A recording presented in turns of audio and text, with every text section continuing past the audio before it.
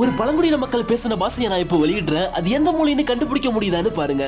வா வா வா வா தமிழ்ல வாவான்னு கூப்பிடுற மாதிரியே இருந்திருக்குமே. ஆனா அவங்க ஆஸ்திரேலியால உள்ள பழங்குடியின மக்கள் தன் இடத்துக்கு வந்த புது விருந்தாளிய வாவான்னு கூப்பிடுறாங்க. அதே மாதிரி ஆப்பிரிக்காவுடைய மடகாஸ்கர் தீவுலையும் அங்க உள்ள பழங்குடியின மக்கள் பேசுற மொழி 80% தமிழ் மொழியோட ஒத்து போகுது. எப்படி இது சாத்தியம்? இதே சந்தேகத்தோட வெளிநாட்டு ஆராய்ச்சியாளர்கள் சில பேர் இந்த விஷயத்தை ரிசர்ச் பண்ணிட்டு என்ன சொன்னாங்க தெரியுமா? 18,000 வருஷத்துக்கு முன்னாடி ஆஸ்திரேலியாவையும் ஆப்பிரிக்காவையும் மேல இந்தியாவையும் இணைக்கிற அளவுக்கு முன்னொரு காலத்துல ஒரு மிகப்பெரிய லெமூரியா கண்டம் இருந்திருக்கணும்னு ஆணித்தரமா அடிச்சு சொல்றாங்க ஆராய்ச்சியாளர்கள். இதை பத்தி இன்னும் கொஞ்சம் ஆராய்ச்சி பண்ணணும்னு அந்த ஆராய்ச்சியாளர்கள் தமிழ்நாட்டுக்கு வந்து சில பழங்காலத்து கோவில்களுடைய கல்வெட்டுகளை படிச்சு பார்த்தா மிரண்டு போறாங்க. அந்த கல்வெட்டுல என்ன போட்டிருந்தது தெரியுமா? உலகத்துடைய மிகப்பெரிய தேசமாம் தமிழ் தேசம், அப்பேற்பட்ட தேசத்தை ஆண்டவராம் பாண்டியர், கிழக்கிலிருந்து மேற்கு வரை பறந்து விருந்த உலகின் மிகப்பெரிய கண்டமாம் குமரி கண்டம்.